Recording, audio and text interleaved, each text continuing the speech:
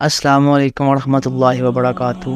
تو آج میں آپ کو ماں باپ کی خدمت کرنے کے انعامات کے بارے میں بتاؤں گا کہ اللہ تعالیٰ ماں باپ کی خدمت کرنے سے انسان کو کیا اجر دیتے ہیں اور کن چیزوں سے نوازتے ہیں۔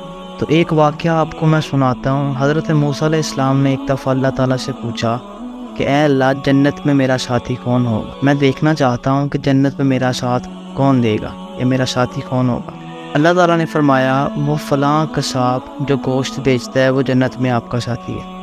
حضرت موسیٰ علیہ السلام کچھ حیران ہوئے اور پھر اس قصاب کی تلاش میں چل پڑے۔ حضرت موسیٰ علیہ السلام اس قصاب کو تلاش کرتے کرتے اس کی دکان پر پہنچے۔ وہاں جا کر دیکھا تو وہ گوشت بیچنے میں مصروف تھا۔ اپنا کاروبار ختم کر کے اس نے گوشت کا ایک ٹکڑا کپڑے میں لپیٹا اور گھر کی طرف روانہ ہو۔ حضرت موسیٰ علیہ السلام نے اس کسائی کے گھر کے بارے میں کچھ مزید اور انفارمیشن لی اور بطور مہمان گھر چلنے کی اجازت چاہی۔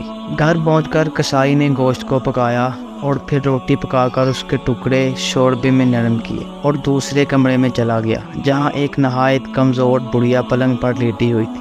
قصاب نے بڑی مشکل اسے سہارا دے کر اٹھایا اور ایک لقمہ اس کے منہ میں دیتا رہا۔ آہستہ آہستہ تھوڑا تھوڑا کھانا اپنی ماں کو کھلایا۔ جب اس نے کھانا تمام کیا تو بڑھیا کا منہ صاف کیا۔ بڑھیا نے قصاب کے کان میں کچھ کہا جسے سن کر قصائی مسکرایا اور بڑھیا کو واپس لٹا کر باہر آ گیا۔ حضرت موسیٰ علیہ السلام جو یہ سب کچھ دیکھ رہے تھے کیونکہ وہ ان کے مہمان بنے ہوئے تھے، آپ نے قصاب سے پوچھا، یہ عورت کون ہے اور اس نے تیرے کان میں کیا کہا جس پر تو مسکرا دیا؟ قصاب بولا، اے اجنبی، یہ عورت میری ماں ہے۔ گھر آنے کے بعد میں سب سے پہلے اس کے کام کرتا ہوں۔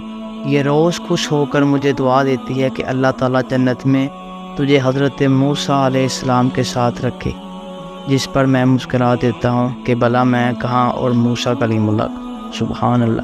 دیکھیں، اللہ تعالیٰ نے ماں باپ کی خدمت کرنے کی وجہ سے ایک قصاب کو حضرت موسیٰ علیہ السلام کا ساتھ دے دیا۔